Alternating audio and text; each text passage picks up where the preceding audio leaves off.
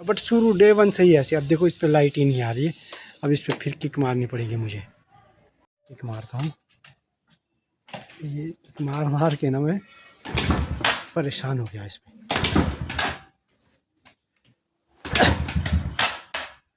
इस पर 5-6 किक मारी ना, अब ये चालू हो गई है। ये देख लो। अब इसको ले जाऊंगा पहले वहाँ पे, दिखाऊंगा उससे कि भाई कि ये क्या बैटरी चेंज कराऊंगा इसकी, नहीं बैटरी डलाऊंगा फिर। राधे राधे, जय श्री कृष्णा, जय Shri Ram. Welcome to Bhatt life diaries.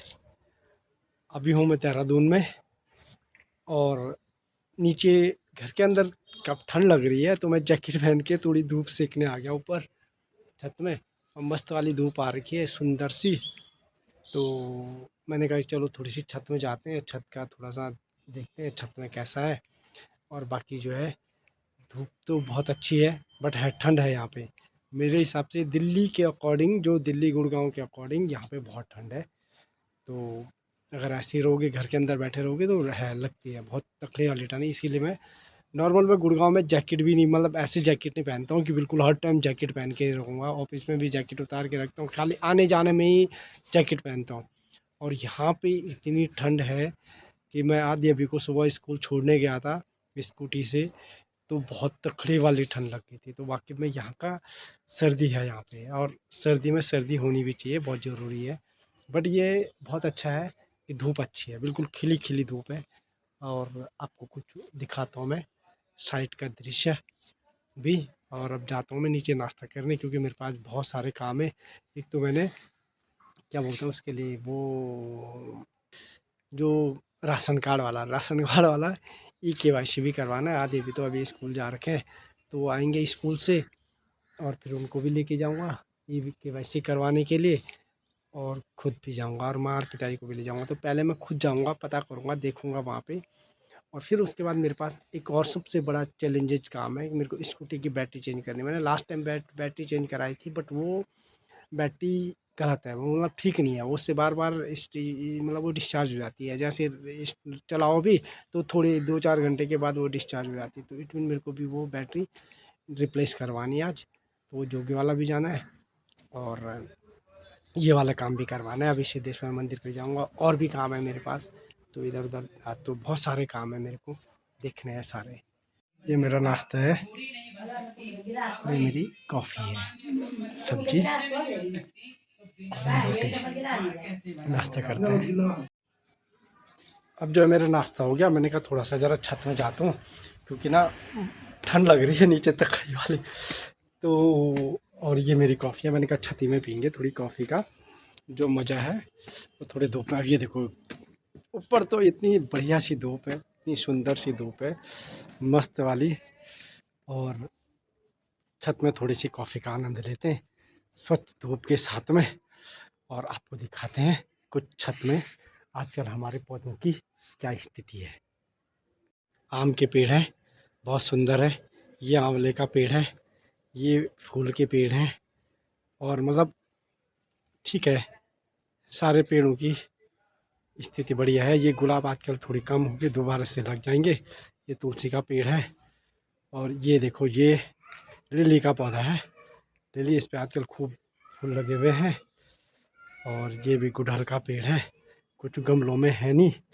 और ये जो है गुड़हल का पेड़ है, बाकी रबड़ का पेड़ है। और ये दोनों जो है संतरे के पेड़ है, मतलब नींबू के पेड़। के का है देहरादून का अभी सुबह सुबह का दृश्य। अभी अभी धूप आई है, थोड़ी देर हुआ है। अभी देखो अभी मतलब फॉग भी आपको दिख रही होगी, बट है खुला खुला सुंदर सा दृश्य है ये, आपको दिख रहा होगा प्यारा सा। अब मेरी कॉफ़ी भी जो है फिनिशिंग पे ये आ गई, अब थोड़ी सी रह रखी है, इसको भी ख़त्म करते हैं। और आज तो मेरे को बहुत सारे काम है, पहले वो सारे काम निपटाऊंगा।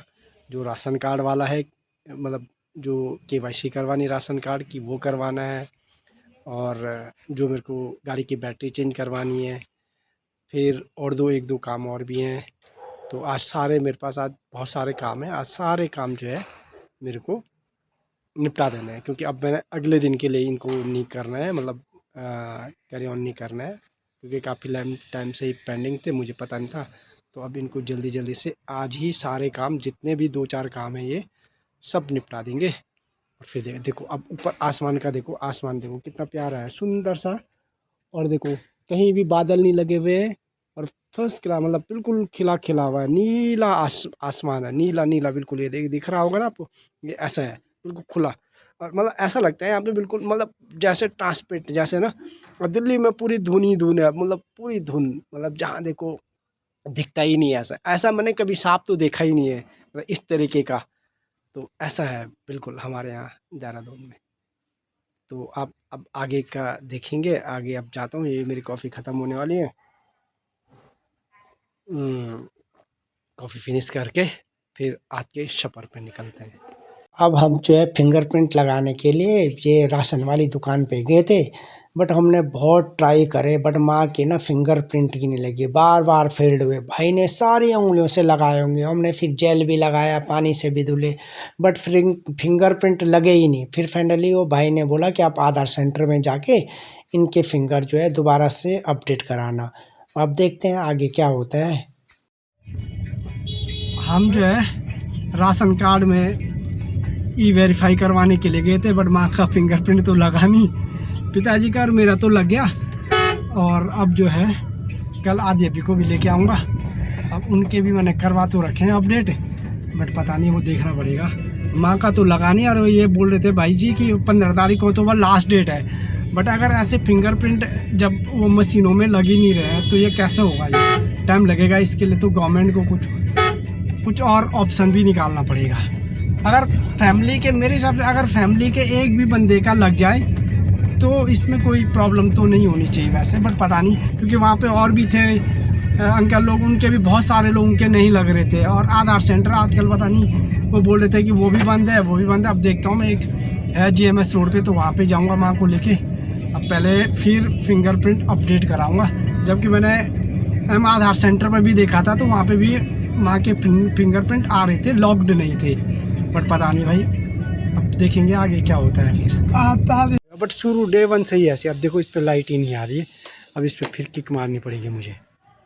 किक मारता हूँ, ये किक मार मार के ना मैं परेशान हो गया इस पर।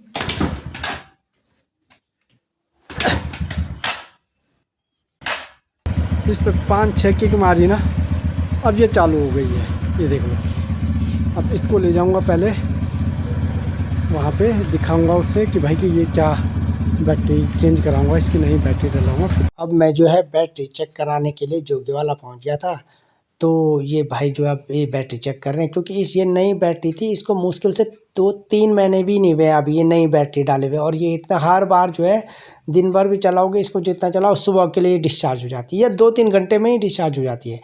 अब ये भाई चेक कर रहे हैं, इन्होंने फिर मशीन पे लगाया, मशीन पे इसकी चेक करी, तो ये बोल रहे थे कि जिस हिसाब से आप चला के लेके आए थे तो इसमें 12 पॉइंट समथिंग होना चाहिए था, मतलब आना चाहिए था, बट वो कम आ रहा था। फिर उन्होंने थोड़ी देर बाद करा और कम हो रहा, तो इन्होंने कहा भाई हो सकता है बैटरी में प्रॉब्लम है, एक बार मैं चार्ज कर लेता हूँ, अगर बैटरी चेक कर लूँगा, अगर ठीक होगी तो ठीक है, नहीं तो फिर हम आपको नई बैटरी रिप्लेस कर देंगे। तो फिर मैं बाद में घर आ गया था, तो इन्होंने चार्ज पे। आज हमारे कुछ काम जितने मैंने बोले थे कुछ तो हो गए थे, जिसमें से पिताजी का और मेरा तो वो जो क्या बोलते हैं राशन कार्ड में जो हमने वो करना था वो हो गया था।